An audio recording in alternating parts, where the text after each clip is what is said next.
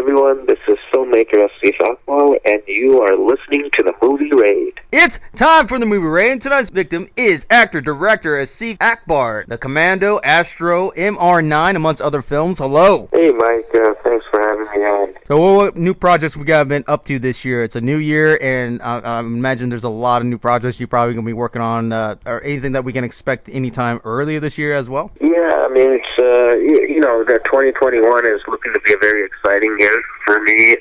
Very blessed, and I gotta say, even with all the unfortunate events in 2020, it's been a pretty exciting year as well. Hoping to top that this year. I mean, last year, I was able to still, within the pandemic, complete 2 films. My daughter was born, my firstborn, so in May. So it's been a pretty eventful year. I'm looking forward to seeing what 2021 holds. Now, are you directing, or are you going to do a mixture between acting and directing, or are you focusing on directing at this point? I'm actually going to be focusing more on directing this year and producing. With acting, I've started off acting and earlier on in my career. That kind of got me through the doors in the business, and that's what I actually wanted to do in the beginning. As far back as I can remember, when I was 2-3 years old, that's when I knew I wanted to be in the movie business, and I didn't know how, but for me, like everyone else, I'm sure most people, they want to be an actor or act in front of the camera and be in the show. But as I grew older and my conception changed about how films are really made, I've seen that, it's the director that gets to really tell his story and his vision, and everyone else works to accomplish that vision. Naturally, I've always kind of been better at that.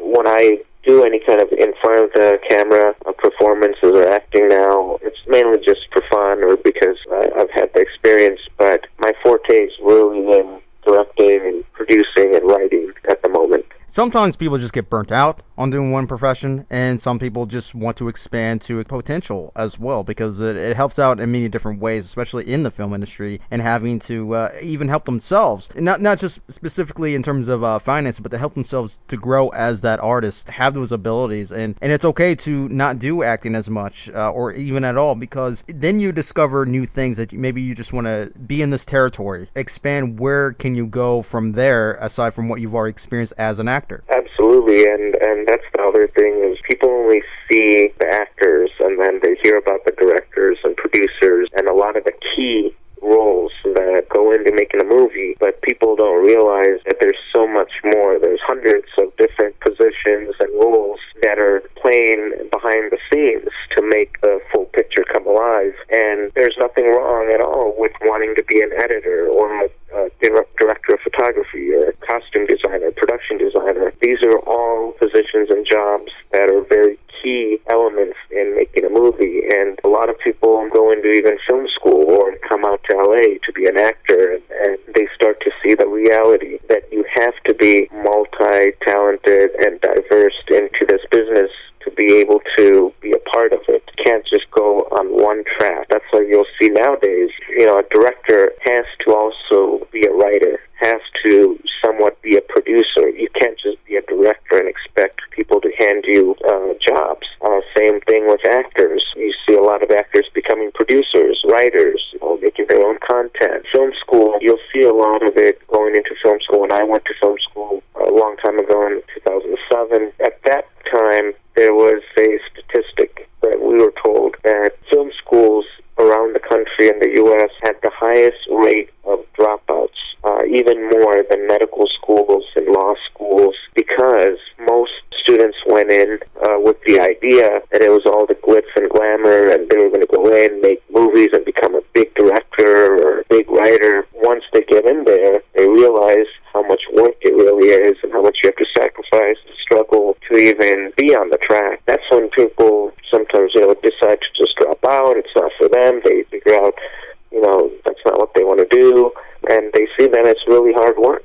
And it's not just hard work. It takes a lot of dedication, time, commitments. It's not easy. And I've seen people get it overnight, but then they can easily lose it overnight. It takes a lot of discipline and growth to really figure out what you really want to do after you've had trials and errors. Like, even for myself, I knew I wanted to be a filmmaker, but I've dabbed my feet into almost every sector of the business, from all types of crew jobs. I've even worked with a DP, PA, I'm an editor, position in order to kind of understand what each position goes through. And then, naturally I rose up to directing. But just like that, I would recommend everyone at least trying out every element of the business. Even for myself, I had experience on the other side of filmmaking, which is the sales and marketing and distribution, which is a big factor that we all have to consider as filmmakers before we even write the script or before we even make the movie, and sometimes, in most cases, actually, I would say people tend to think in reverse, where they think, oh, I'm just going to make the movie my way and go out and sell it, and it's going to be so good, people are going to hit on it, chase me down for it. Well, that's not the case. You have to always think about the two major reasons you're making the movie, and that is for distribution and your audience. If you don't think about the distributors and the audience that you're making the movie for, then you're going to have the toughest time getting your movie out there and selling it, getting the deal you want to get. So it's very important to understand all aspects of it, and especially where your movie's going to end up and how it's going to end up there, and who you need to make it for. So it's all trial and errors. You learn as you go. But for me, I was always told when I was starting off that it takes you at least 10 years to be able to really grasp and understand what you're getting yourself into. And if you can survive in the industry for at least 10 years, struggling with successes and failures, and after the 10-year mark, you should be okay, and you find a place for yourself. And I've seen that to be true. I've been in the business now for more than 10 years, 15 years and plus. So it's true. It's right around the 10-year mark is when I started to get more a steady or established position within the industry of being where I am. Do you think time is a mirror of a factor if an artist in the indie world doesn't produce something to benefit themselves, having less actions on of the appeal itself of the project for themselves? Do you think it becomes more of the appeal aspect and what it really is supposed to be? Yeah, I think so. I think that it evolves throughout time, and people's and filmmakers' intentions and motives also change. I mean, people themselves change through an experience of making a movie. I mean, it's so incredible of what we go through when we make a film. It doesn't matter if it takes 2 months or 2 years to make it. Once you start and you finish a film all the way through, it's a journey where you get to know yourself better. You get to know with who you're working with. You get to know people, and you grow. And by the end of it, your appeal, your motivation, your ideas, they can all change. You can become a different person even at the end of that journey of finishing a movie. And that's what's so, for me, that's encouraging and motivational to keep getting better and doing more challenging work, because I tend to build myself. And in the beginning, even with my own films, I used to kind of make them for what I wanted. The appeal was what I'm looking for. But as I grew more in the business, I realized that it's not really about me all the time. Yeah, I have to conceive the idea and put it out there and present it to the audience, but at the end of the day, I have to know what the audience's appeal is going to be for this film and this story. If I can't serve that, to the audience's needs, then I'm not going to have a long career. All these changes as well as you grow as an artist and different productions and different concepts and everything in general. Do you feel like you have to feel to be in constant rather than constantly rapid with the change itself? Meaning that, do you feel like you have to stay in constant change with yourself, or do you think that should change not be as affected as you go into all these different areas? No, I believe and I know from experience you have to be open to change and adapt as you go as a filmmaker. Evolve with it. I mean, right now it's hard to keep up, but we have to. Otherwise you fall behind with the technology and the markets changing every, so often, like a year, 6 months even sometimes. 2 years, in a couple of years, the technology changes, audiences' minds change, they want something different. Like right now, we can't make a movie in the same style as we used to make them in the 90s or 2000 or even from 5 years ago. I mean, the stories have to evolve, the styles of filmmaking, cinematography, even acting, everything has to evolve and be more relatable to the audience for this time, today. And that's what I meant, is like it's changing so fast. We're in a fast-paced world now, where as filmmakers, we have to also keep in touch with the changes in the audience and to adapt with it. Even when we're making a movie, sometimes you have a scene that you set on, you wrote it for 6 months, and that's set locked, and you think it's brilliant, but then you go to shoot it, things have to change, and you have to be able to adapt to those changes and not be tied in to the original ideas, because that original idea may have been good 6 months ago, but now it's not going to work, or 6 months in the future it may not work, because by the time the movie comes out, the world could be changed again. Perfect example, pandemic going on right now. It's changed the audience and what they want and what they don't. And, you have to be very contemporary. One of the bigger factors as well, because when the audience change, which is pretty frequent, because a lot of filmmakers want to say, oh, what do they want? Blood, gore, this, that. Well, you're focusing on mainly on sub-trends, always usually sells in a movie, but at the same time, the audience wants something much bigger. It's always in high demand. It's always been that way, but oftentimes they just want to ship just what they like, not what they truly want. It's always different depending on what genre that you're on, and the effect itself, when the audience change, especially when you're working on a new project, do you think that it actually affects you a little bit when you're working on a new project? Do you think that might actually change at the same time while you're doing it too? Sure, it affects it for sure. With any change, but sometimes it's good change, and I accept it to be for the better, because like I said, now I make my movies for the audience, and that's my primary target and focus is to understand and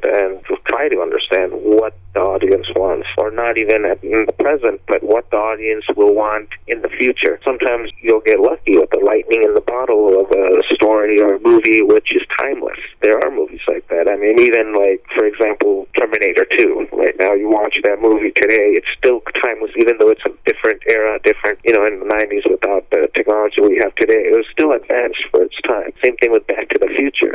Some of these films, Titanic, it's an old 1912 story, but it still plays very well today. It's timeless. These are movies where, people can watch it 50 years down the road and still be entertained as much or more. My ultimate goal is to make a movie like that, make a timeless piece where it doesn't matter 20 years, 30 years from now, people will still watch it the same way. But those are, the 100,000.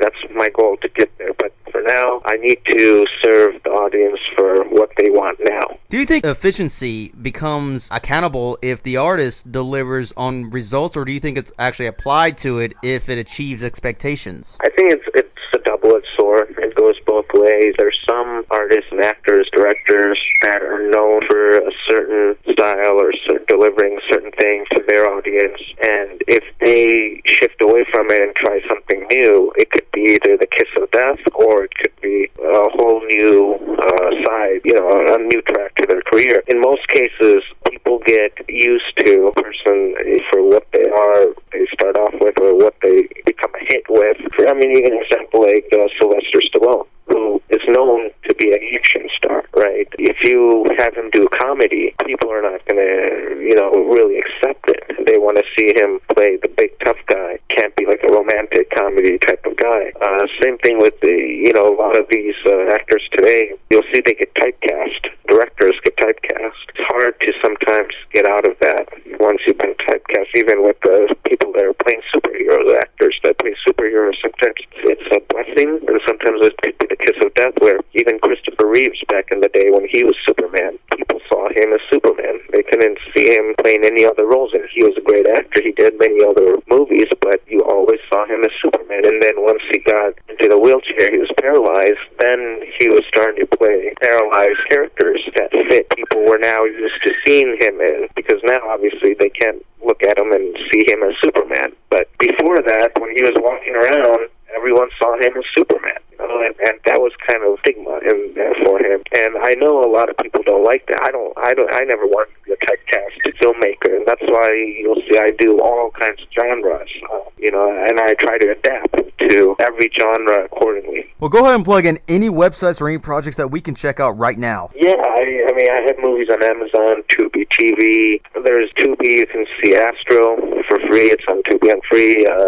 If you don't have Amazon Prime, you can look at my IMDb, Asif Akbar on IMDb. I'm the first one. And like I said, this year, I'm very excited for the films I have coming out this year because time went, I've evolved as a filmmaker. I've adapted to, obviously, doing bigger and better projects, but at the same time, like for me, I like to move on. And, sometimes I don't even watch some of my own movies after they come out because I just look for the future. And when I watch my own movies, even going back, it just takes me back to those times when I was making those. Mentally, I feel weird. It's very weird for me to watch my own movies. So I try to always move forward and look at the new stuff coming out because that's what represents me as a filmmaker. Now, I mean, you're only as good as your last work, right? And that goes with most actors and directors. So I try to challenge myself and make something bigger and better that I haven't done before. So just